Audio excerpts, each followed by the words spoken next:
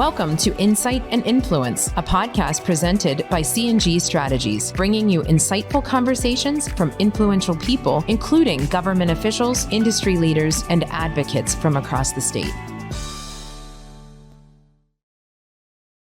Welcome to C&G Podcast. With us today is Allie Mills from Plum Contracting. Thank you. And Rich Barkowski. He's the Executive Director of the Constructors Association of Western Pennsylvania. Thank you for being on our podcast today. Allie, just out of the gate, can you talk about Plum Contracting? And Sure. We are a third-generation union highway contractor, and we are predominantly a prime contractor in Western PA, and we have a subcontract division that goes mainly over the East Coast. And then Rich, how long have you been Executive Director of CWP now? So it's been, I believe, over 25 years. I've been with the association and Executive Director for since, I believe, 2007. So Fantastic. That's longevity, isn't it? yeah, it is. Let's start off. April 15th through 19th was Work Zone Safety Week here in the. Is it national? It's a national. National, program, right? It's a national, but just what kind of programs did you guys are awareness? I mean, one of the things I know we'll talk about is past legislation that we worked on that CAWP with your association really spearheaded in Pennsylvania.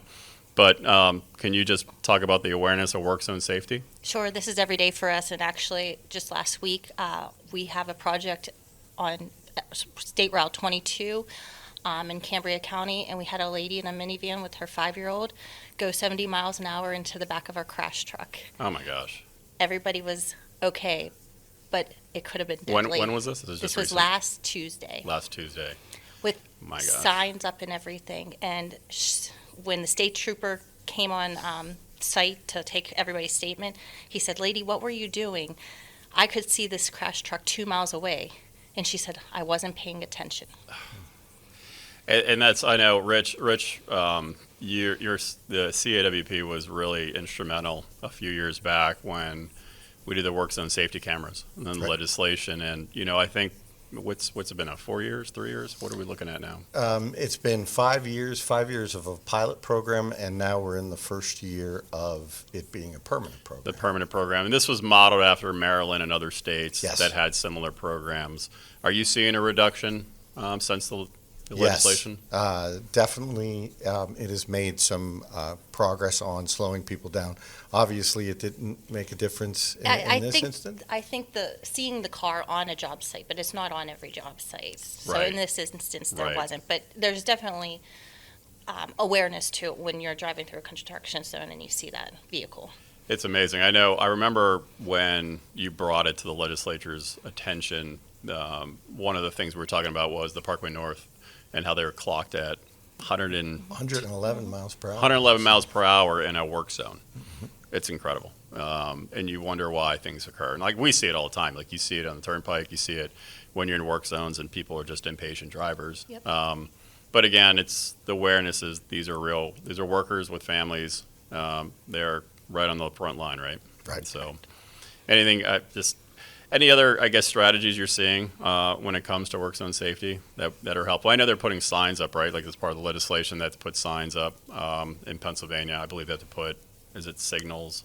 I was trying to recollect what was passed. There's a number of signs that you have to put up, and this would be on a work zone that has a camera. And what it is, it's a white Jeep Cherokee, and it has a camera. And if you're going over 11 miles per hour over the posted speed limit for that work zone. So if it's 45, then if anything over that 11 miles per hour, they take a picture of your license, and then you get a ticket in the mail. The first is a warning, second is a higher fine, and the third is even a higher fine. But like Allie says, there's only there's a finite number of those vehicles. They tend to be on the interstates and on the turnpike. I saw one on the turnpike yesterday that was on there. They were working in an area, but they had a lane closed on the approach, and it was right before the actual construction. But you see it. Recently, I had a conversation with Jason Zhang, who's the district executive of District 11, that covers Allegheny County and Lawrence County and Beaver. And he's talking about more strategies of quite frankly, not even just work zones, but telling people, like on the parkways, that they're going the wrong way. Wow. Putting more and more signs in. And I think that goes to Ally's point that you have people that the number one issue is that people just are not paying attention. That has always been an issue, but definitely post-COVID, the studies showed that that was even more of an issue. So the cameras in the work zone do make a difference, but you can only have it on so many out there. I think on a contractor's, for a contractor's perspective, we always have to, we don't celebrate awareness once a year. Right. We have to create Yeah. awareness and talk about these instances It's every all day, the right? time, because our employees become complacent doing the same job every single day. So we have to make them aware of what could be potentially coming their way as well. No, that's a good point. Because you see it, and I mean, when you're driving in the work zones, it looks like they're so close to the line Yep. sometimes, and as a driver, you get distracted. Like it kind of throws you off. Mm-hmm. You see somebody walking up to that line a little bit. But no, I mean, it's the message is simple to all of our listeners: is just be mindful in work zones. These are workers that are putting their lives at risk. They just want to get home to their They families too. just want to get home. So I appreciate it. But we switch topics. Let's go to governor's budget. He's focused a lot on mass transit. There is, earlier in the year, they flexed which highway money, essentially, for money for SEPTA in southeastern Pennsylvania for their transit system. Thoughts on the governor's budget right now? There's talk right now in Harrisburg that they're going to do some type of package for mass transit, but also for heavy highway. Things you guys want to see, things you're concerned about, anything where are you guys at this point? So traditionally, when you talk transportation, especially a comprehensive transportation plan, it encompasses roads and bridges. So like you said, highways, highway construction, but also mass transit. This is a little different in that the governor's budget is focused squarely on mass transit. And not only are there funding issues in Philly with SEPTA, but funding issues in Pittsburgh as well. So what we're looking forward to is that, bringing back that traditional approach, that if you are going to do something in the area of mass transit, just as there are dire needs in mass transit, there's dire needs in roads as well. People talk a lot about the Biden infrastructure plan. And all the billions of dollars that were out for road construction. Unfortunately, what also came with that was record inflation. So a lot of that So it's the cost escalation, right? Right. Probably took out 20 to 30% of that funding just, with inflation costs. That's a good point. So less to the roads and more to the exactly. construction materials. And flexing, obviously, that is something that the governor is able to do. He's able to flex money. It does come from highways. I guess it could go both ways, but it always goes the way of coming out of highways and going into mass transit. So you would like to see that, anytime you flex funds or you have a decrease in funds, what you're doing is you're creating a hole that is going to eventually need to be taken care of. And that whole Act 89 was a big win at the time because the federal government wasn't providing enough federal money for transportation for roads and bridges. And so the organization was instrumental working across the state for Act 89, which was a state solution that was never meant to be permanent. It was temporary. And I think we're getting to the point now where that temporary solution is expiring. And it's not just because of the policy that funded it, but also the rise of electric vehicles and those non-gas producing or whatever, right. Or the gas vehicles. So I guess for the future of funding in roads and bridges, like where are we headed? Because people are talking about mileage fees and so forth. I mean, where do you guys see as the future for this? I think it certainly could be the mileage fees, although, and there are some states like Oregon that has tried that, at least done different pilot programs.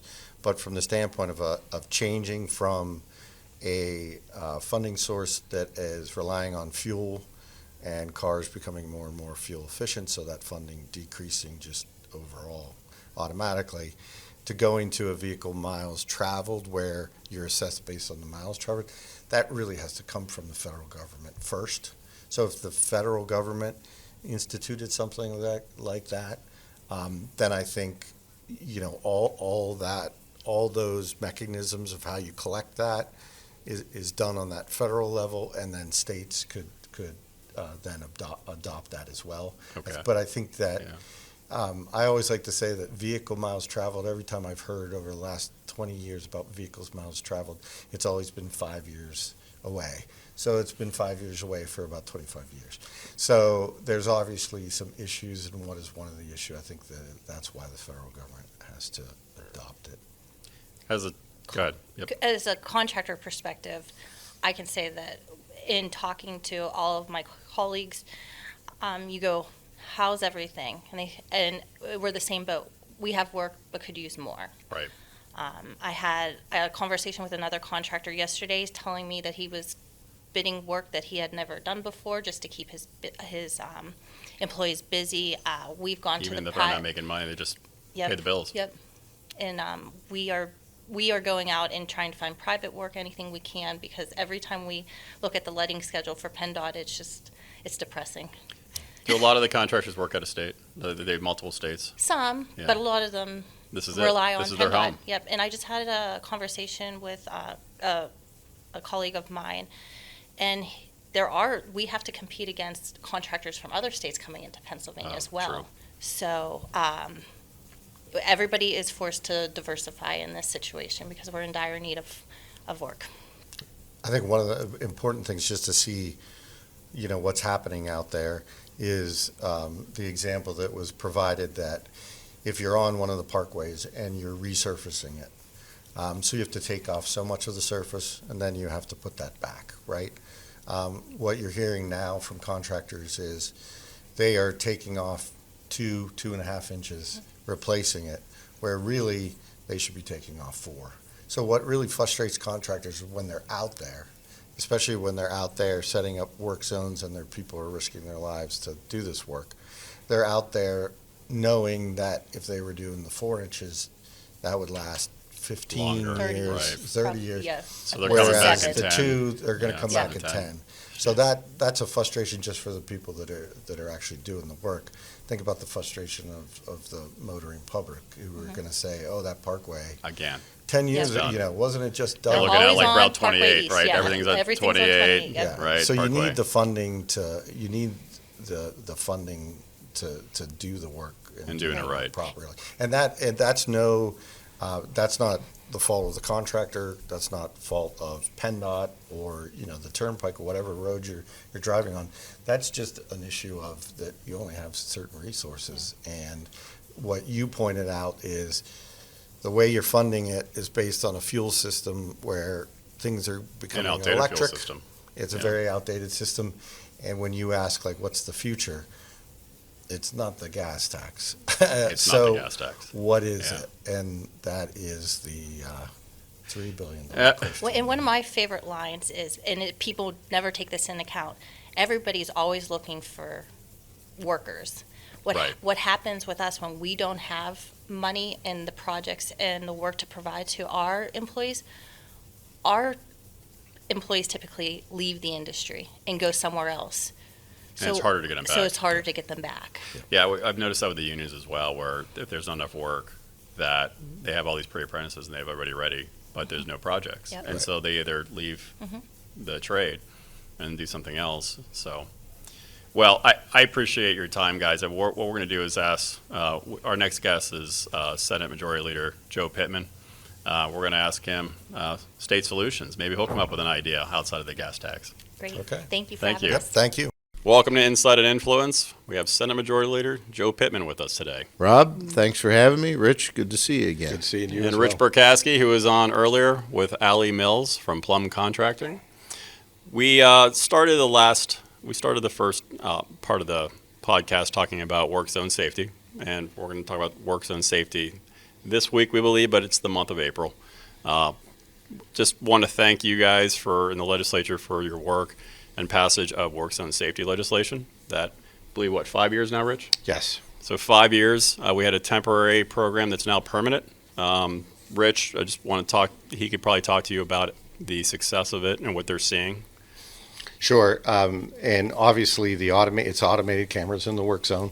The idea is to slow people down when they're traveling through the work zone. It is primarily about protecting workers who are working in the work zone. If you think about it, if you're at your computer working and you had to have your head on the swivel to see if a semi was going to come through your office, that's kind of like how it is working out in a construction zone. But it's also to protect the people that are traveling, who many times are not paying attention and who get into accidents. So that has really made a difference, because the number one issue is obviously people not paying attention when they're driving, and especially not paying attention when they're going through dangerous work zones. Not always an easy lift, right? When it was first proposed, right? But No, but we got beyond the idea that this was going to be a moneymaker or that this was some sort of big brother issue. This is the reality of saying we're going to use modern technology to heighten driver awareness. And I think that workplace safety is something that has been overlooked on the highways for a lot of years. We have a lot of respect and acknowledgement of the dangers the first responders have, other careers that put themselves in a hazardous situation.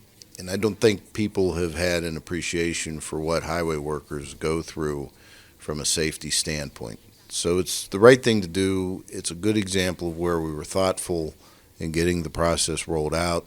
We made sure that all the interested stakeholders were comfortable with it, and we're saving lives, which to me, there's nothing better that government should do than to try to figure out a way to save lives. yeah, and we appreciate it, because I know even we had Allie talking about from the contractor's side. She said that they actually had to educate their members as well, because they're used to working on the job site, right? And so I made a point that when I'm driving through, you'll see workers kind of come up to the edge. And as a driver, you get distracted, right? Worried about the worker walking in or one of the trucks coming out. But she made that point as well, that it's both ways. It's not just the public, but also the workers. Yeah, it's a two-way street. And we've taken it a step further with distracted driving, for example. And Correct. I kind of liken what we did on workplace safety, but also on distracted driving, akin to the seatbelt laws.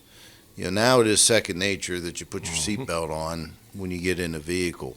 It wasn't that long ago where that habit had to be instilled in the motoring public, and now we're dealing with that with cell phones and things of that nature. I spoke to a group of high school students just 2 days ago, and it occurred to me, my generation, we didn't even have cell phones when we started driving. So it was never something that we had to deal with or learn how to manage. And so we have, over the last 25 years, really had to understand the evolution of what technology is doing whenever it's putting distractions into particularly younger drivers' hands.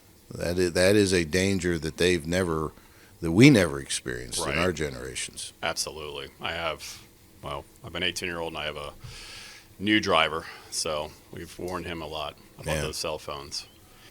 Shifting to the budget, we are in budget season here in April. Transportation is something the governor did propose, but on the mass transit side mostly. Obviously, from the heavy highway side, we are concerned about what comes out of what this means for this industry as we're going through this budget. Anything new you can kind of talk about in terms of where things are in discussions with the governor, and where do you think things could head? I know mass transit, we understand the needs of SEPTA and PRT and the issues they are having. I think you bring up a very complex issue, but there's some very simple truths to it too, which is historically in the Commonwealth, we've never dealt with either infrastructure or transit in a silo. We've either dealt with both of them together or we've not dealt with either of them. And I am not for a minute going to allow us to deal with transit without doing something on infrastructure. And that's just a reality. Now, having said that, because we have this dynamic of transit and infrastructure, all of the interested stakeholders need to understand that whatever we do is going to be modest, because at the end of the day, we have our own structural budgetary deficit that we have to deal with. And the demands of transit are not realistic. They've put out about $300 million of demands statewide, which is just not 300 achievable. statewide. Yeah, Wow. yeah. SEPTA's looking for 213 million. Port Authority's looking for 100 million, and then you have the rural transit areas. So the expectations are way out of line. We've got to figure out what transit truly needs. We've got to make sure transit's accountable in their own right, that they're doing what they need to do to be more efficient, to make their network safe, and to make sure that the ridership is paying their fair share. Once we have a picture of what the true need is and what we can achieve, then we have to have this infrastructure conversation, which I think at the end of the day is probably going to be a maintenance type conversation. A lot of people don't realize Pennsylvania has more road miles than New York and the New England states do combined. Right. Our freeze-thaw cycle wreaks havoc on our road network, and we need a lot of bridges to get over streams and railroad tracks and deal with valleys and hills and tunnels and everything else. And so our infrastructure needs are so complex, more so than most other states in the country. But we're going to have to figure out a way to better maintain that network. This isn't going to be about a capacity expansion necessarily. Just as an example, the bridge over the Susquehanna River that carries I-83 is $1 billion project. It's $1 billion. $1 billion just for that bridge. Fort Duquesne Bridge, that bill's going to be coming due before too long. Right. That's going to be hundreds of millions of dollars. Those are the types of things we're going to have to focus on. Well, it was interesting because we were talking about as well that there's cost escalation issues, right? Because of what's not, and that, we're not even talking about what's going on federally. Just in general, like Rich can talk about more about that. About even though this money came in from Act 89, a lot of it went to the escalating costs. Right. The impact of inflation during that period, post COVID, really took the buying power out of what you actually could do, and that's why I think we're seeing that contractors are out there doing things, but they're not doing everything they could be doing to really fix it. And like you said, it's more of a maintain, is that want to be able to maintain it so that when you do have the funds, that then you can expand. But at the same time, you do have issues with, like you said, the geography. A lot of bridges that need to be repaired. And inflation's our own epidemic right now. Right. And when you look at what drives inflation, there's two basic things: the cost of energy and the cost of labor. Now, of course, you also have the issues of the federal government printing money. That's a whole nother conversation whenever it comes to inflation. But we'll let that to the federal level. We'll let that to the federal level. But when you look at what energy costs and what labor costs do to projects, that's pretty much the whole shooting match at the end of the day. And we can do a lot on the energy front, which would be a whole nother podcast. But the labor force problem that we have is a real challenge. And it's not just the transportation network, it's healthcare. Everywhere you go, employers are competing for labor unlike we've ever seen before. And that is something that gets into our demographics. It is also something that gets into our new generations, keeping them in the Commonwealth, but also making sure they understand the opportunities that exist that frankly didn't exist whenever I was coming out of high school. Switching gears, you had a major announcement in your district, Homer City. Can you kind of elaborate the listeners of what's happening? So The old Homer City plant? yeah, the district I represent has been known as Power Alley for decades. And the reason why that is because we hosted 3 coal-fired power plants, the largest waste coal plant in the world, and a natural gas plant. So our area, the area that I represent, puts a lot of megawatts out into the grid.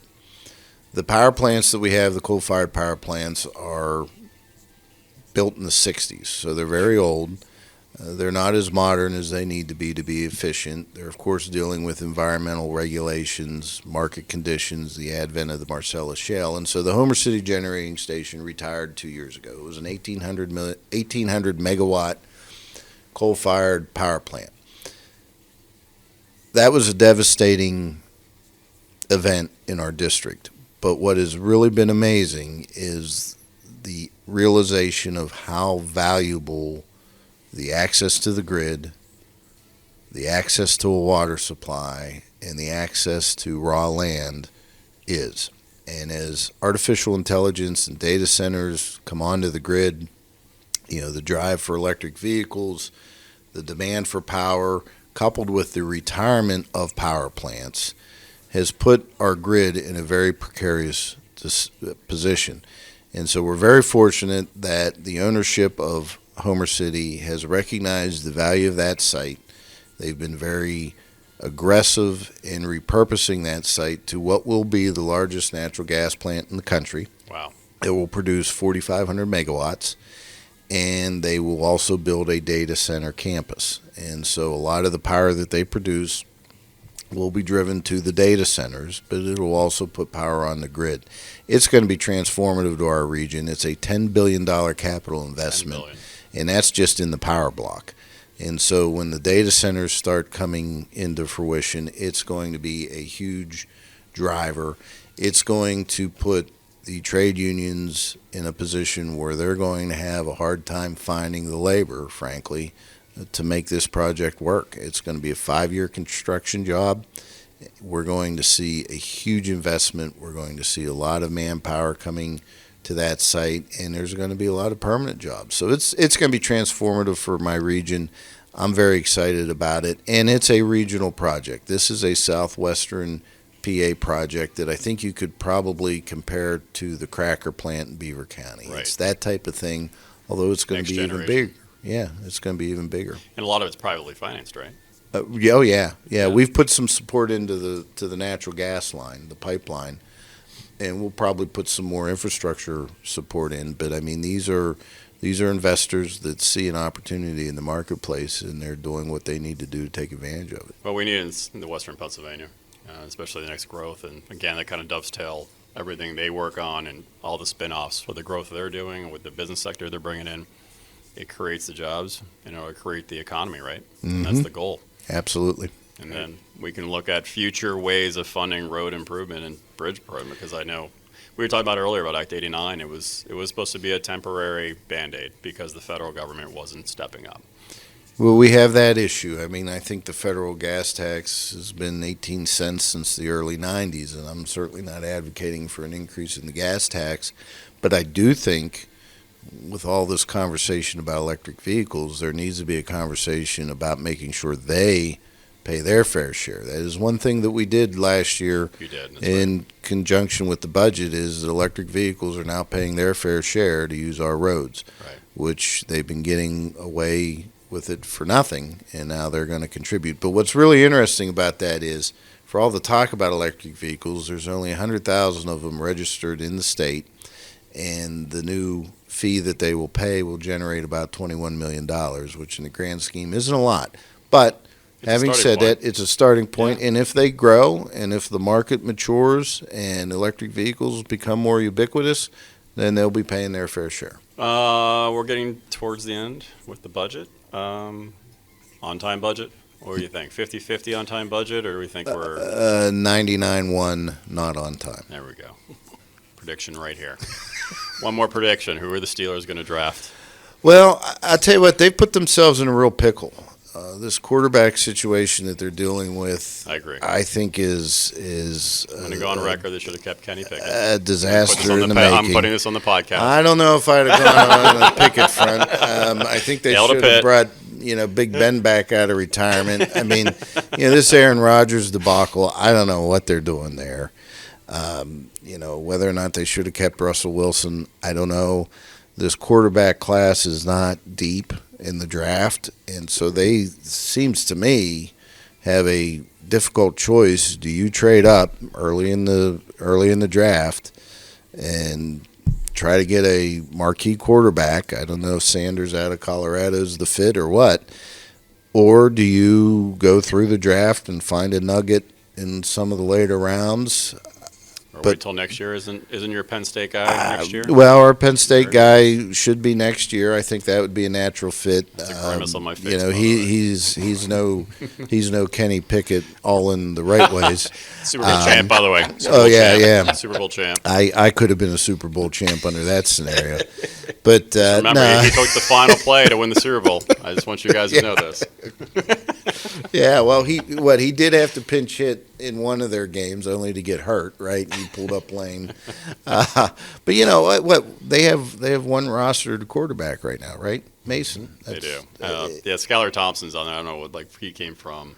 I don't even know if he's under contract. But- Yeah, so you're correct. I mean, I just think that so they need at least two more quarterbacks. They do. I don't know. I guess they could pull somebody out of free agency. Who knows about Aaron Rodgers? But I mean, God love him. He's 40, right? 41. 41. I mean, I'm 48. Who am I to judge? But in the lifetime, You're not of trying to play NFL quarterback, right? yeah, in the NFL at this That's point. about the time You you have get put out easier to things like pasture. passing a state budget. Right. Senator, appreciate it. Thank you for your Thank time. you, Rob. Rich, thank you. I Thank you. enjoyed this. Yeah, Great. appreciate your time. Thank you. Good. Thank you for tuning in to this edition of Insight and Influence. To learn more about CNG strategies and to access previous editions, visit our website at cgstrategiespa.com.